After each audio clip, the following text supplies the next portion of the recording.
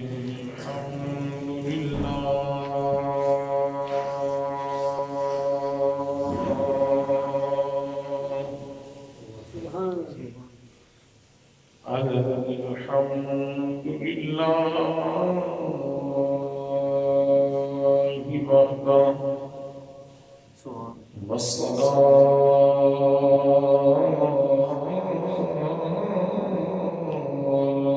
والسلام على لا نبي بعده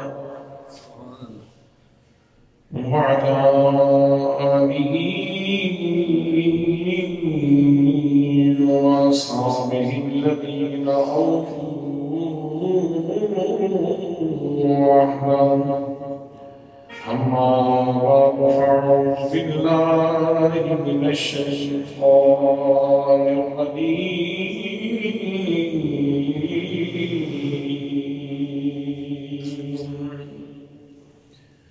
بسم الله الرحمن الرحيم.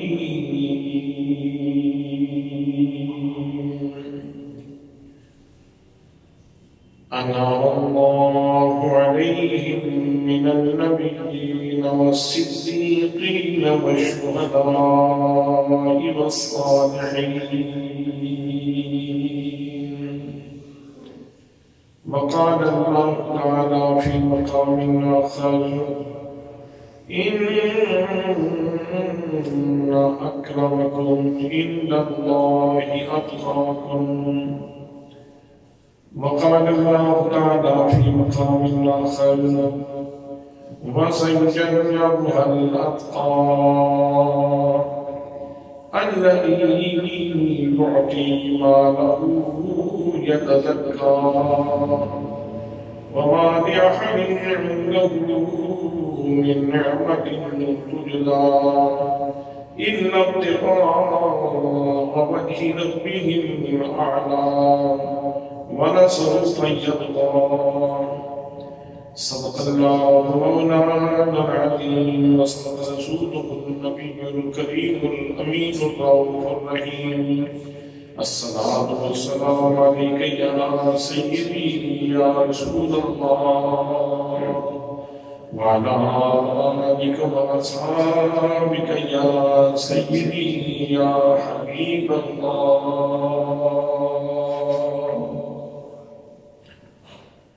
جنوں پنج تناد پیار نہیں، جنوں پنج تناد پیار نہیں، او دے چلنے دا اعتبار نہیں، پنج تناد پیار نہیں،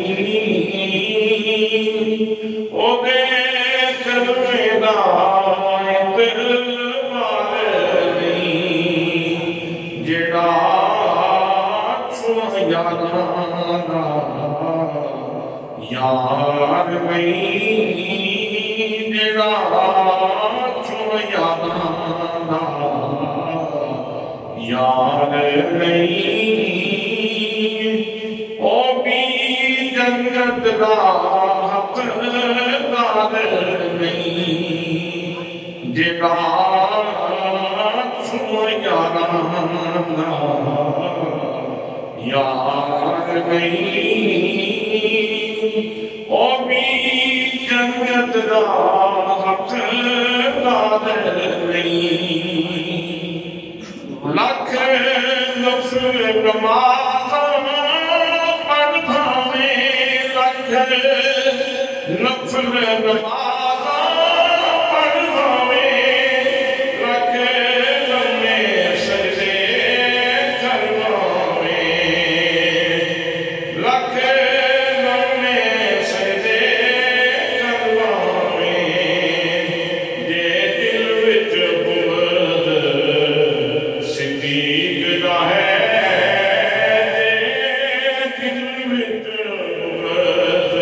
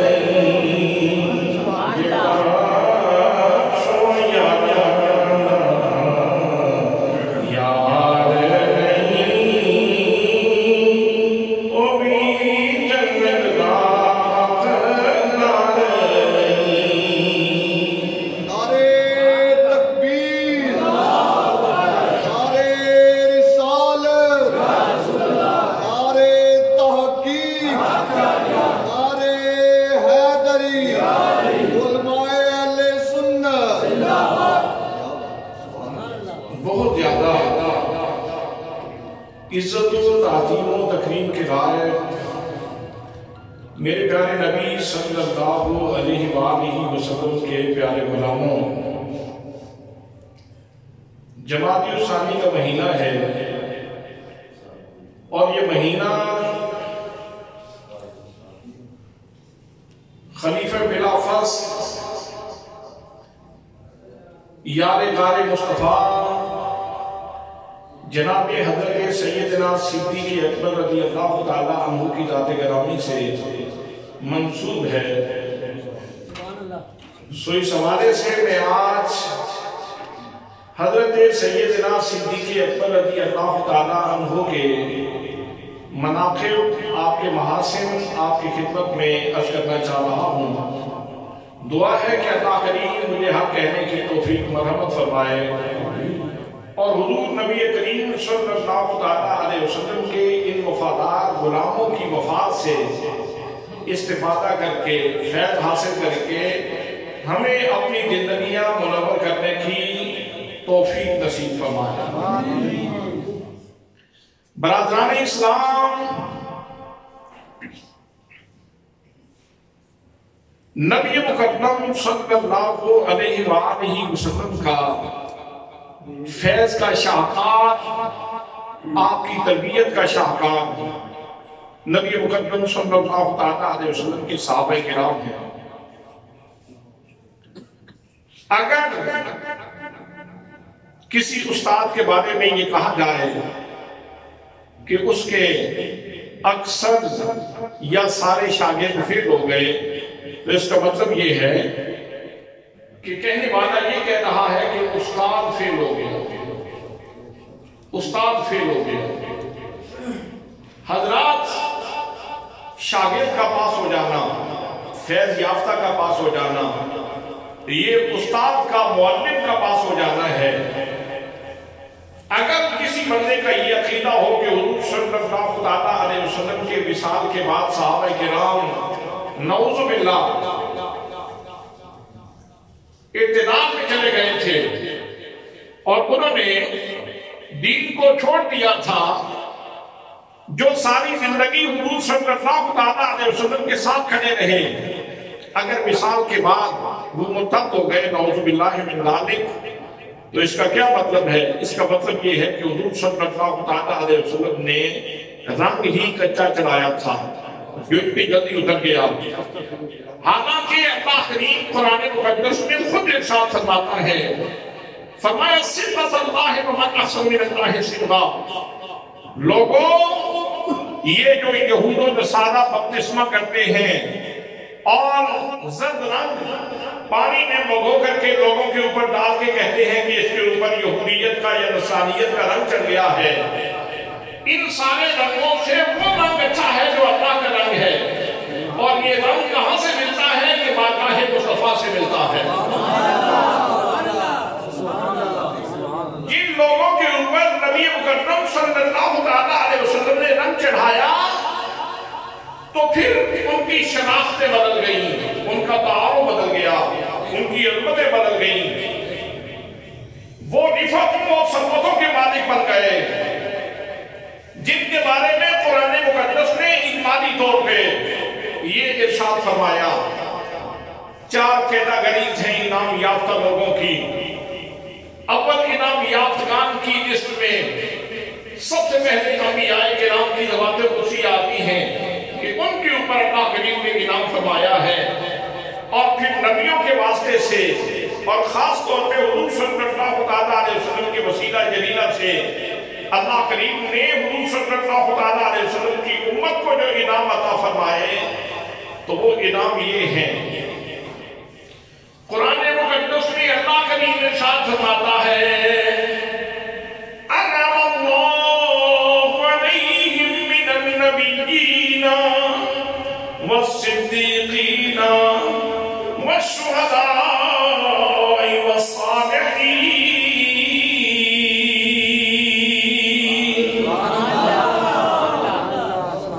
اللہ کریم فرماتا ہے لوگوں، سب سے پہلے تو اللہ نے نبیوں پہ انعام فرمایا، نبیوں کو نوازا ہے اپنی عنایات سے، پھر نبیوں کے وسیلے سے صدیقین کو نوازا ہے، صدیقین کی جھولی صدق و ثبات سے بھرتی ہے، والشہداء، تیسرے نمبر پہ جو لوگ نوازے گئے ہیں، جو منعم علیہم ہیں، جو انعام یافتہ ہیں، ان کا تشخص یہ ہے کہ وہ اللہ کی راہ میں جان دینے والے شہید ہیں، والصالحین،